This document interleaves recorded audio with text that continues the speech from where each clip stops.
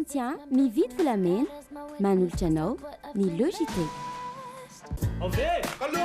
Tonifiante. Dynamique Malte, bien-être et vitalité. 3000 ariary. Tiara, ny tsirony voankazo manolotra anao ny logité. La saveur ultime des fruits. Charbon manolotra anao ny logité. Charbon madio, mateza, mora ampiasaina. Telma, safidiko numéro 1 malagasy manolotra ho anao.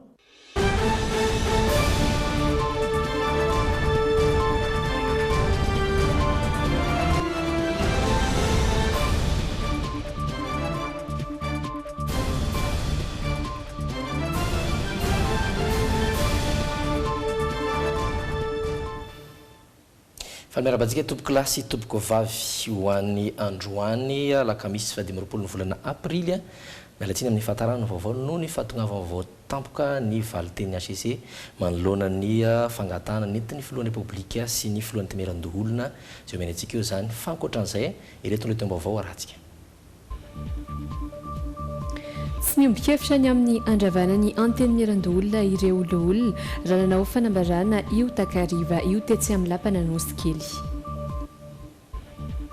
Pakakeriny miisa efatra no voasambotra ny zandarmaria pirenena misana ny ady amin'ny eloka bevava tamin'ny herinandro lasiny. Kasika ny fitakin'ireo mpampianatra pikaroka manantena valiny mahafapo avy amin'ny ministera ny fampianarana ambony sy ny fikarohana ara-tsiansa ny sindikan'ny mpampianatra pikaroka sampana Antananarivo. Eo amin'ny maresaka iraisam-pirenena tontosa androany ny fihaonana voalohany teo amin'ny filoha rosiana Vladimir Poutine sy ny filoha koreana tavaratra Kim Jong-un izay natao tao Rosia. Manatitra ny araba tompoko lasy tompoko vavy ary manasa anao ampanajana ihany koa anaraka ny logité hatramin'ny farany. Ny pejy politika no ibantoerana betsaka ao anatin'ny alohanantsika androany.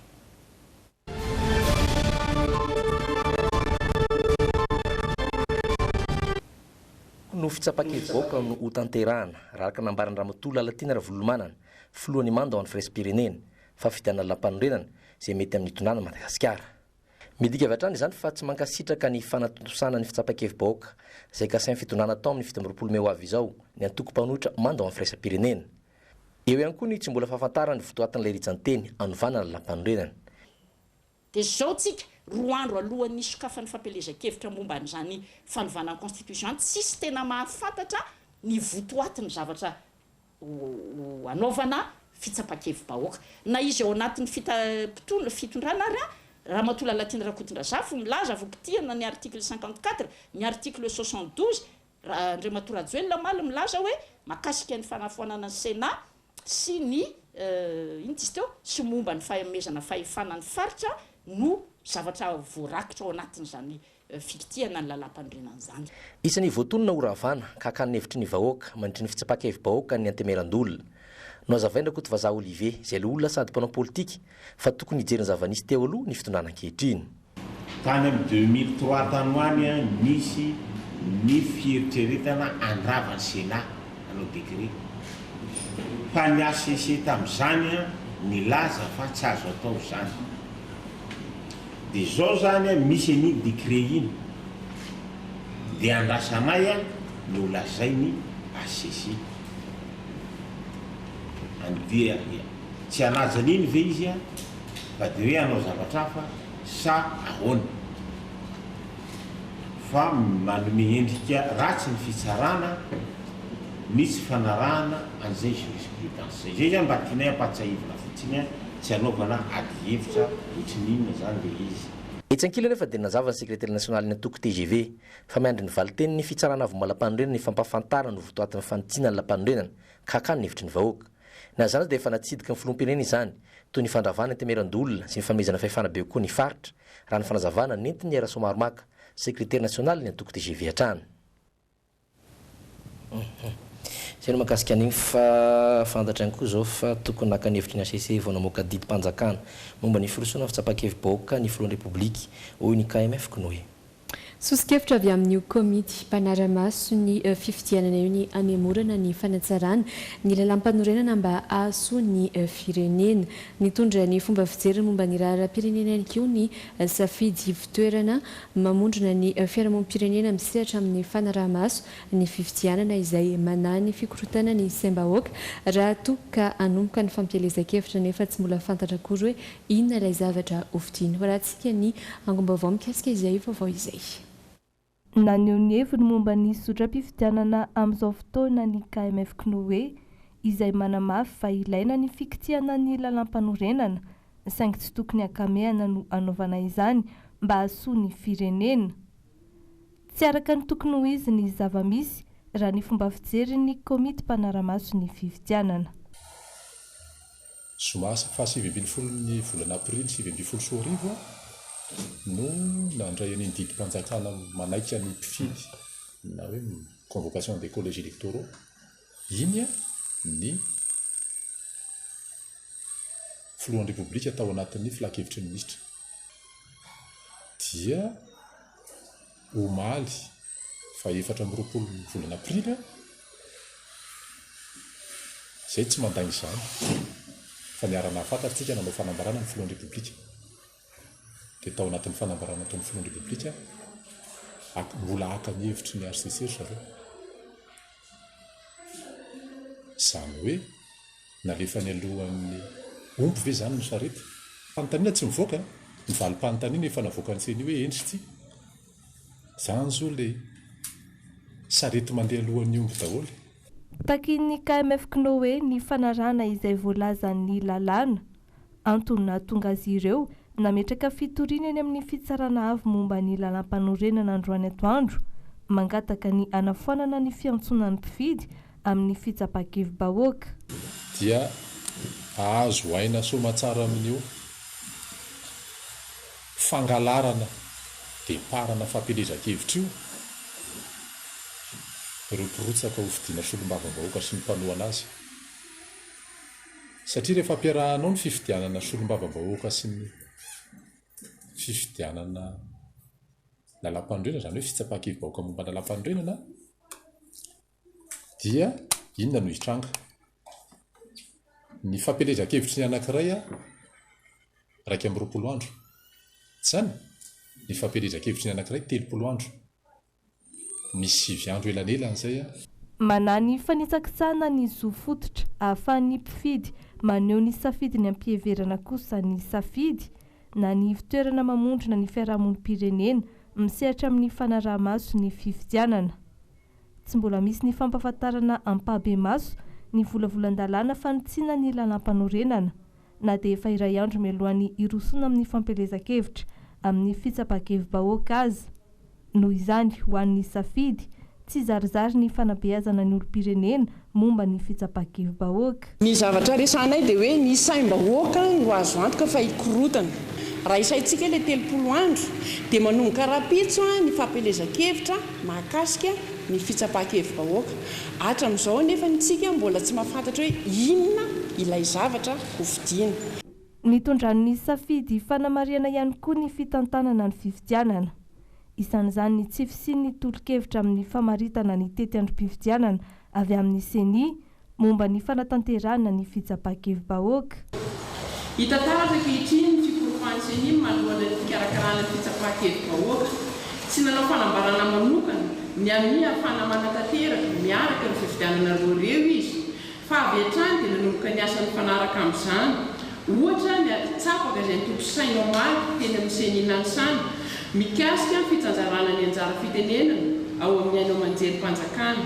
Iaraha mahalala nefa fa tsy mbola mivoaka ilay volavolan-dalam-panorenana ho laniana ary tsy mbola tafatsangana ny komity mpanoana ny eny sy ny tsia.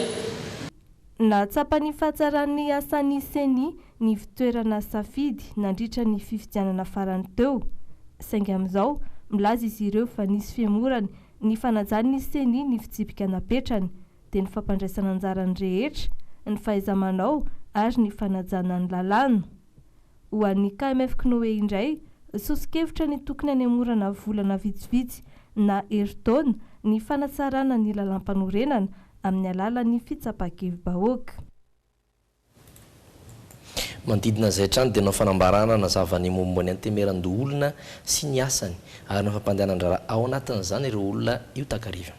No azavan'izy ireo tamin'ny antsipria ny tetibola izay mampiodina ny antemeran-doolona sy ny asa izay sahany ireo loolona nanatrika izany ary mitatra ny vaovao manodidina izay Andralain'Andriamasy Yanja Rakotonorainy.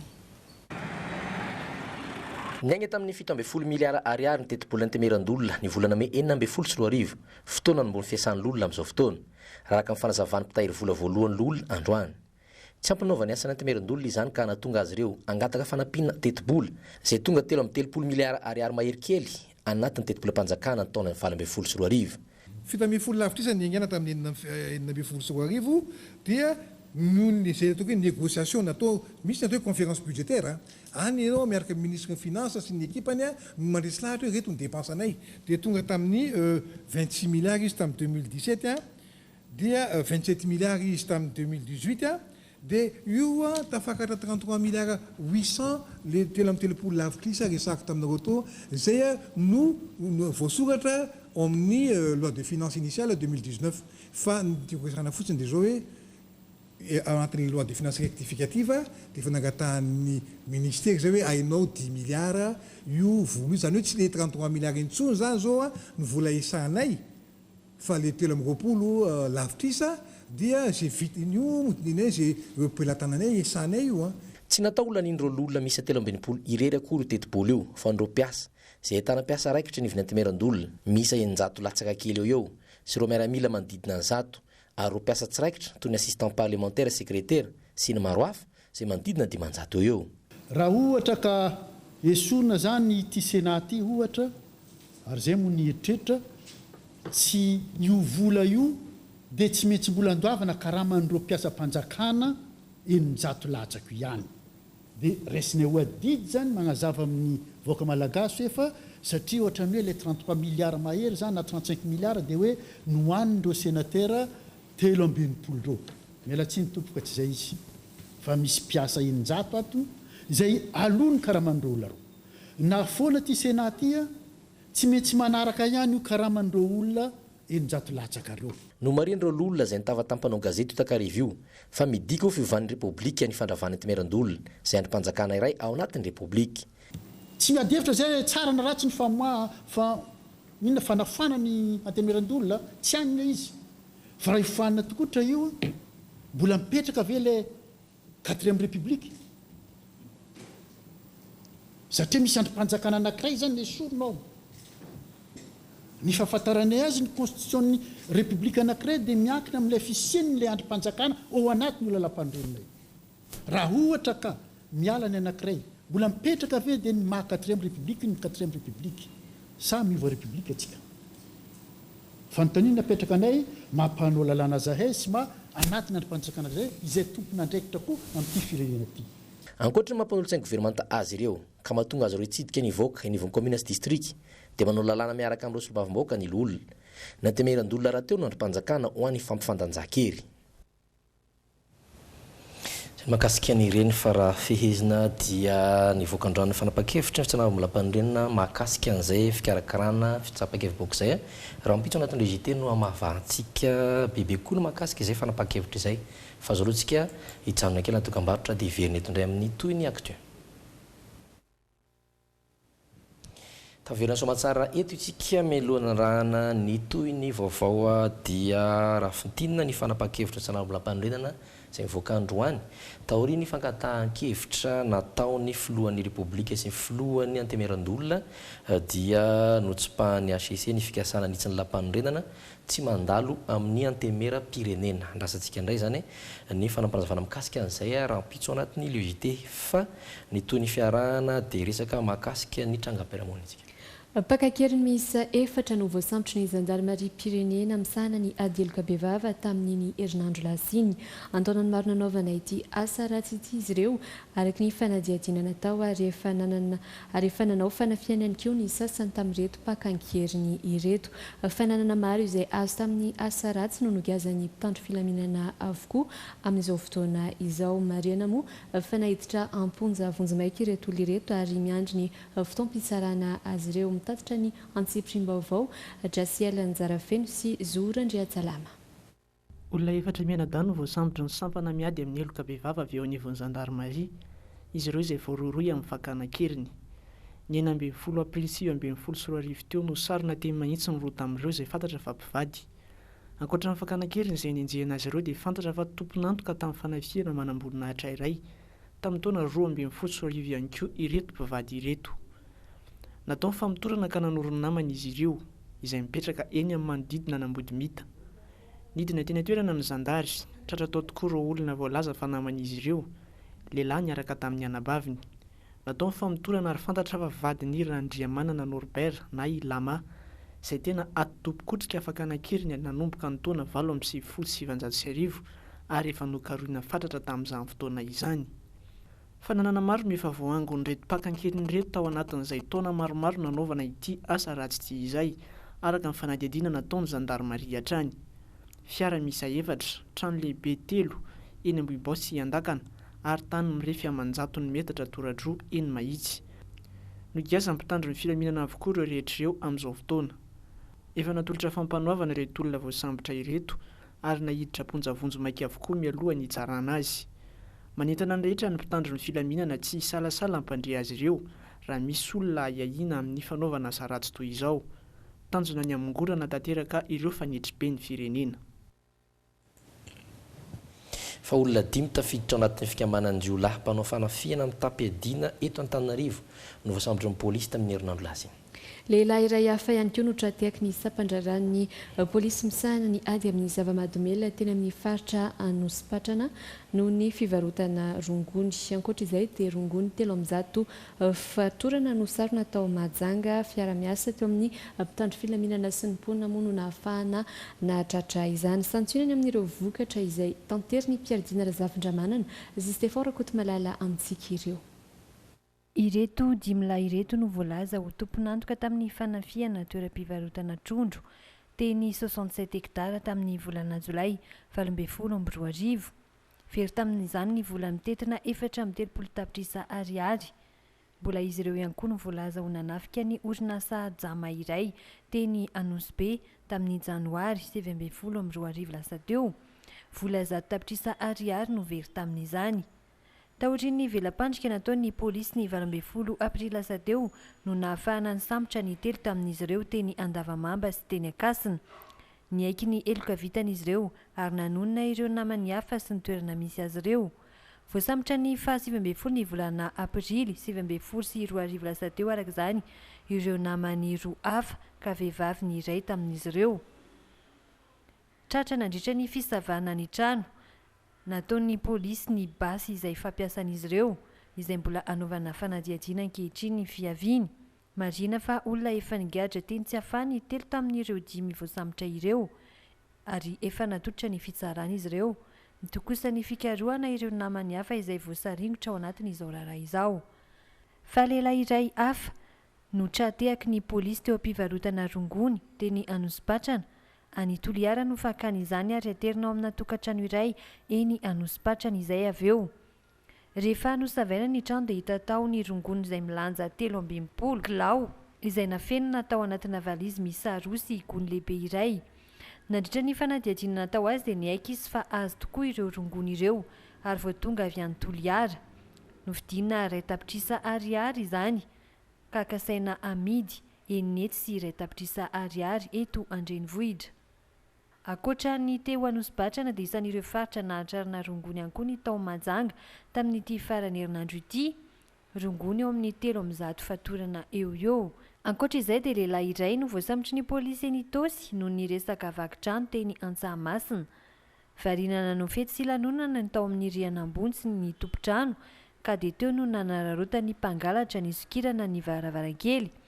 kojakoja tokantrano toy ny vilany sy ny solosaina hatramin'ny akosiny maro hafa no tena angalarin'izy io raha araka ny fanazavana. Efa natolotra ny fampanohavana moa ireo olona rehetra ireo. Vaovao ny fampianarana kosa no izantsika azy. Manantena valy mahafapo avy amin'ny ministera ny fampianarana ambony sy ny fikarohana ara-tsiansa ny sindikan'ny mpampianatra pikaroka sampana Antananarivo rehefa nanome azy ireo 3 andro. Nisy ny fihaonany mpikambana amin'ny CSS sy ny ministera androany tolakandro ary manoloana izany dia nanao fanambarana ny CSS fa fantatra fa tsy valy 100 isan-jato ny fangatahan'izy ireo raha araky ny Fivoriambe teny Ankatso io maraina io izay isan'ny hatreny Fenoaja Ariana sy Aina Raon. Ikatona ny Université Mpanjakana eny Ankatso sy ny IST Ampasapito hoy ireo mpampianatra pikaroka mivondrona ao amin'ny CSS izany hoe hijanona tanteraka ny fampianarana sy ny asa fikarohana eny anivon'ireo anjerimanontolo Mpanjakana eto Andrenivohitra raha toa ka tsy hovaova ny olan'izy ireo. Ny fampitoana teny amin'ny université ireo mpampianatra ireo andro maraina talohan'ny fihaonana tamin'ny ministra Piay ny tolakandro teo. Ny voatoatin'ny Fivoriambe nataon'ny CSS sampana Antananarivo androany fiandrasana ny porofo antaratasy izany hoe ny PV amin'ny fihaonana tamin'ny Prime Ministre fihaonana izay azo lazaina fa mizotra makany amin'ny famahana olana. Maro ireo fangatana napetraky ny CSS mba ahafahan'izy ireo manohy ny asa fampianarana sy ny asa fikarohana ary ny fampandehanana ny université.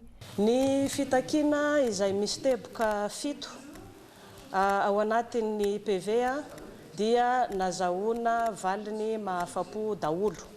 Fa eo amin'ny fanatanterahana zany no tsy maintsy iarahan'ny ministera voakasiky ny olana mifandinika. Zany hoe zany hisy zany ny fananganana comité ad hoc ivondronan'ireo ministera voakasika sy ny primature dia ireo zany no manatanteraka amin'ny lafiny administratif sy financier ny fitakiana. Misy ihany ny indro kely amin'ny fanekena an'ireo fitakiana ireo fa tsy misy mo zavatra tena hoe mahafapo 100 isan-jato. Raha tsy haivina dia nanomboka ny 12 Martsa no nijanona tamin'ny asa mandraharahany ireo mpampianatra pikaroka mivondrona ao amin'ny CSS. Ny antony araka tamin'izay ny fampianarana sasantsasany. Efa nisy ihany koa ny fifanaovan-tsony teo amin'ny filoha nasionalin'ny CSS sy ny ministera Piay ary ny ministera Tetebola izay niteraka resabe tao amin'ny samy mpikambana. Jean Pitso no ilaza ny tatitra mahakasika ny fihaonany tamin'ny ministera ny CSS izay atao eny amin'ny université Ankatso ihany.